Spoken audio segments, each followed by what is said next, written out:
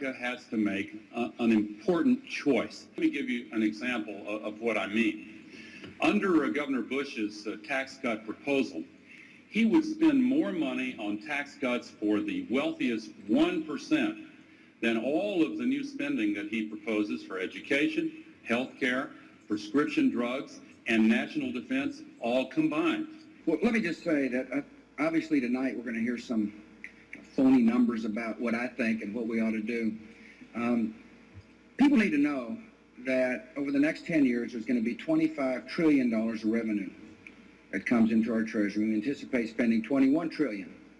And my plan says, why don't we pass $1.3 trillion of that back to the people who pay the bills? Surely we can afford 5% of the $25 trillion that are coming to the treasury to the hardworking people who pay the bills. Corporations are not people. Money is not speech.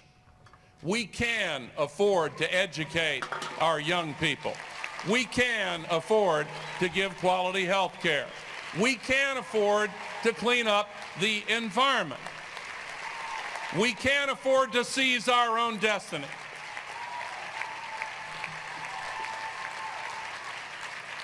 Let me conclude with one final story from when I was a young student. I was inspired when President John F. Kennedy announced the plan to land a person on the moon and bring him back safely within 10 years. And I remember again hearing elders of that time say that was a mistake. We've never done anything like that. That was a foolish commitment. But 8 years and 2 months later, Neil Armstrong and Buzz Aldrin walked on the surface of the moon. And the moment Neil Armstrong put his foot down on that lunar soil, there was a great cheer that went up in Houston, Texas, in Mission Control. The average age of those systems engineers was 26, which means that their age when they heard the challenge was 18.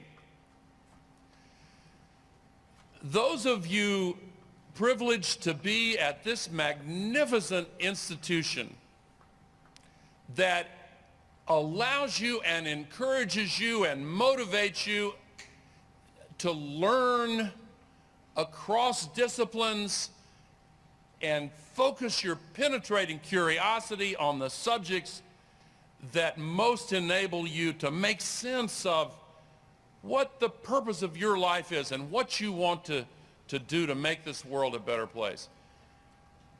You will have the opportunity to do things greater than you can possibly imagine. And now is the time. We need an American spring this spring. We need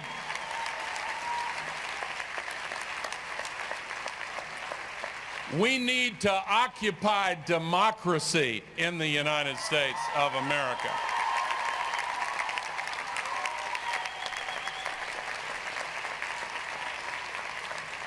There's an old African proverb that says, if you want to go quickly, go alone. If you want to go far, go together. We've got to go far quickly. And that's a fact. But to know that fact is not enough. We have to do it. We have everything we need to succeed.